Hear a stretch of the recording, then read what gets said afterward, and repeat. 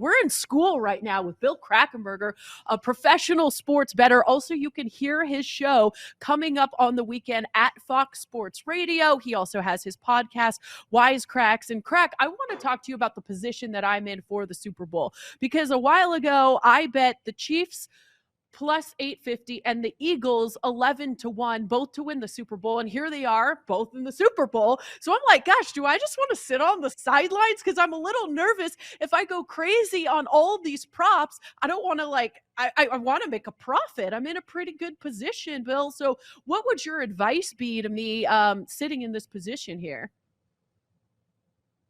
Teams at plus really good money, I would not even pay attention to either one of them. So, in other words, Okay. you're going to make money either way with one of those teams. Maybe which, you can actually, the one that you're getting a better ROI on, you'll root for that team a little bit in the game.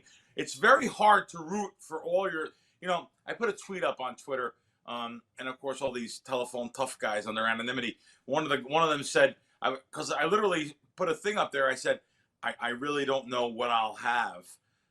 And what I'll be rooting for, except for I know I'm going to be rooting for the first kickoff, to not be a touchback and to run back. So I know I have that, but I have 100 props. You think I know what I'm rooting for each thing? And the guy said, "Oh, no way! You definitely know what you're." I don't know. So let's get into your props. What you're saying. So the big thing is not to get carried away with this being the Super Bowl and overbet your bankroll. You still don't want to bet more than, if you feel you have an edge, like I know I have an edge, so I'm going to put some pretty big money on certain things. But again, I'm not going above I know that I'm betting, less than the 2% of bankroll, but you shouldn't really go over 2%. I'll give you 3% for the Super Bowl of your bankroll. So that means if you have $10,000 allotted for sports betting, not going to eat, not going on vacation, not taking your spouse away somewhere, not going to the movies, just for sports betting, that $10,000, that means you shouldn't be betting more than $300 on any one bet. Now, I know people say, oh my God, that's so boring. I have all this money. Trust me, you should be all in anyway with the 10,000, but you have positive EV on everything if you have 30 bets or whatever it may be. So I would just go with your bets, but keep the percentage of bankroll in mind. You don't want to normally I say you don't want to run out of money. There's been Super Bowls that I literally went West Coast to East Coast with a ridiculous. I got stopped at TSA. Oh, by the way, that happened in Philly. I got stopped at TSA in Philly because I just put the money in the bag. That's it. And then the guy stopped me, and a quick, real fun story. That was amazing. About 7 or 8 years ago. By the time it was over,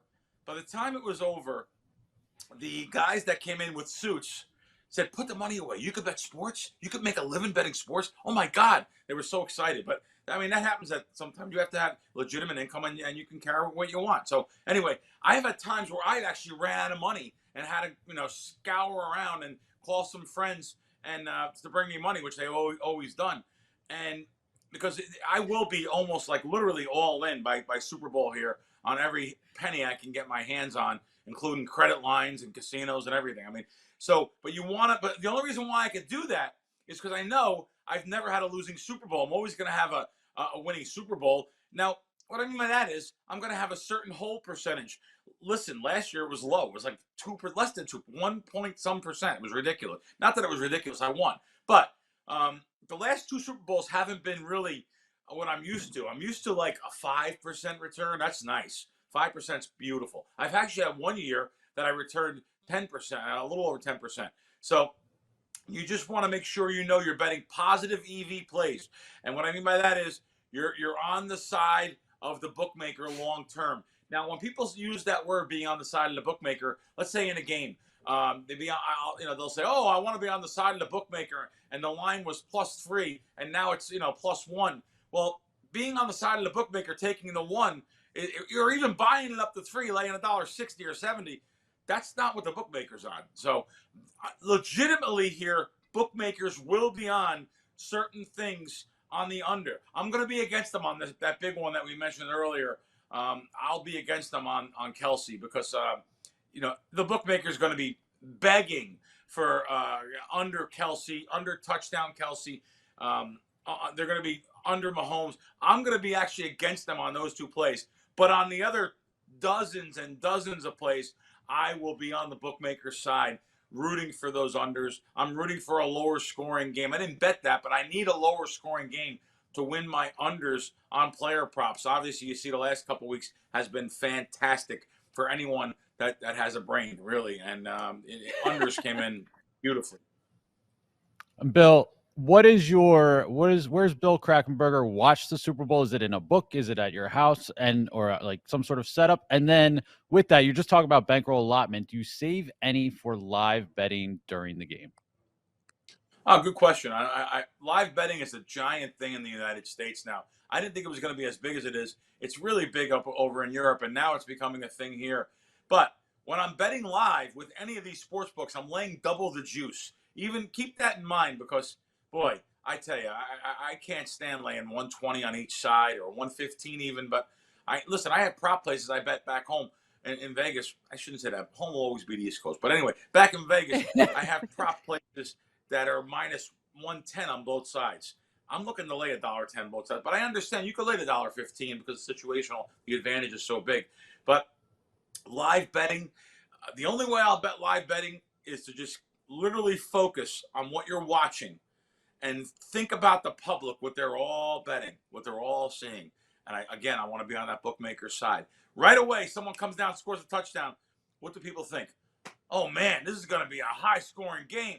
Well, the bookmaker knows already what you bet. They know the way you're betting. They've had plenty of trials of this and samples and real live people betting.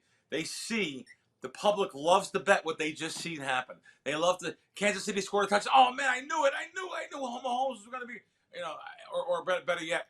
By the way, I spoke with some giant sportsbook risk departments. They are taking all Eagles money. Like literally, this book that I know is multi-millions upside down right now, hoping to get back some Kansas City money. Philadelphia, 90% of the money's coming in on Philly there, about 70% at most other spots. So you want to keep that in mind too. It doesn't always work out, but listen, Vegas and not only Vegas, now all the sports books, they've never had a losing Super Bowl. They're going to win. There's so much volume. But I want to be on the side of the bookmaker. Keep that in mind if you are betting live.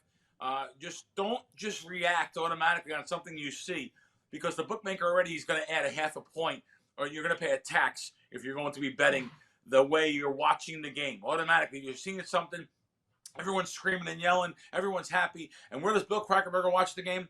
Honestly, this year I'm be happy to watch it alone in my living room. I'm really happy doing that. So, I can see more of the game. I don't have to listen to people screaming and yelling behind me. But I understand that they have fun, but keep it fun. I want to ask you about some of these novelty props. We're outside State Farm Stadium. We're hoping maybe we can spy on some national anthem or some songs. Or do you bet those? And are you able to find an edge in those markets? Aaron, are we live right here? Are people watching us live or no? Yes. Okay. Yeah, we're live. I was gonna give you a novelty prop I didn't bet yet, but we can wait. We can wait. I give it out. You can tell us in the break. Yes. I will find some novelty props for sure. I have 1, 2, 3. I have 3 that I'm betting here already. I wouldn't lay any big juice on these, but I am betting. There are a list that I have to go downstairs and bet here of novelty props. They're the ones that really me and my team look at them last. I literally, the Westgate in Vegas was the big place that came out with their props every year. Now it's not. It's the BetMGMs, it's the FanDuel's, DraftKings. So the bottom of the sheet is all those novelty props. Honestly, we never pay attention to them till later. We go by the main categories of props first. But yes, I do have 3 or 4 here to bet. I will have some more towards game time, and I'll be sharing them with you. See, I don't know if I can. It's so hard to share them with the public. It's not fair. A lot of these people do this. They say, oh, I like this one prop at this one sports book, especially guys that sell games. You want to sell one prop. People don't have access to that. I want to give people access to props that you have access to everywhere. It's not fair and trying to pad your record. So I'm kind of the aggravated gambler already. God, I'm going to start getting mad at everybody.